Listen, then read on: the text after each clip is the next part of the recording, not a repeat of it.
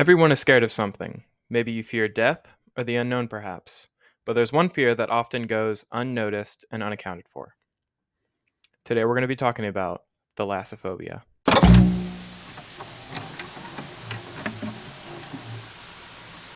But before we get started, I do want to say that if you do enjoy my content and it does educate you to some degree or just gives you some level of enjoyment, then subscribing really does help out the channel. I mean, I'm not going to beg for subscribers. I'm not going to be like, please, come on, guys. But it really does help the channel out, and it would mean a lot. So, yeah, without further ado, let's get into it. Thalassophobia is one of the most common fears in the world, and it affects me along with many others. It is defined as an intense and persistent fear of deep bodies of water, such as oceans or lakes. And if you do have it, maybe you're scared of the thought of a creature or submarine lurking just out of sight beneath the waves. Thalassophobia, however, should not be confused with aquaphobia, which is just the fear of water. The difference being that aquaphobia is just a fear of water, say like swimming or just being in a large body of water, while thalassophobia is a fear centered more around something that may be in the water with you.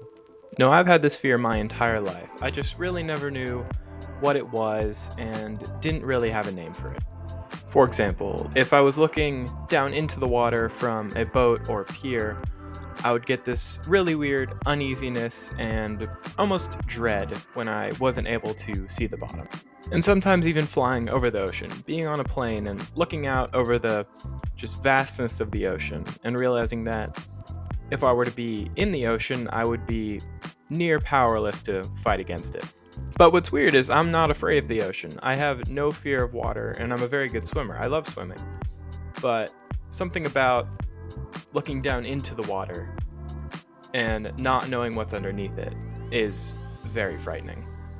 But my case is a very mild one, to say the least, and later on in the video we're going to talk about some of the more dramatic or just in general worse symptoms that a person can have. And now that we've talked about that, let's talk about some of the possible causes for the phobia. And for starters, one of the leading causes is widely believed to be simply just genetics, meaning that natural instincts or inclinations could potentially lead you to just subconsciously avoid water. You don't even have to have any negative past experiences or even have a fear of water. It's just built into your brain from birth to avoid it. And past experiences with water is believed to be another cause, potentially, of thalassophobia. For example, if you had some traumatic experience while you were in or around water, that could also subconsciously trigger your brain to avoid water. And now let's talk about some of the particularly bad symptoms people can get from having thalassophobia. For people with particularly bad cases of thalassophobia, they can experience feelings of dread, anxiety, and even get symptoms like cold sweats or a racing heart from simply being around or seeing a picture of a body of water. And for the people on the farthest ends of that spectrum, those thoughts can be triggered by just hearing the word lake or ocean. And this can cause people to completely avoid bodies of water altogether. Like they may not go to the beach or a lake, they may just simply try to stay as far away from any large bodies of water as they possibly can.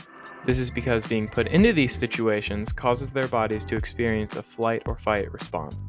And this in turn causes the body to act disproportionately to the danger that's actually at hand, which may seem like a lot to the person, but in most cases is little to none. And now that we've talked about the symptoms, let's talk about potential treatments. The most common way to treat this phobia is through exposure-based therapy.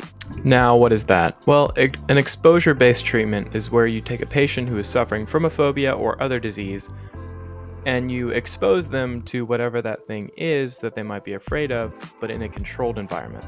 So in our case, you would take someone with thalassophobia and expose them to an image like this in a controlled environment, and you would continue to do this on a regular schedule until their symptoms improved and just until they overall got better.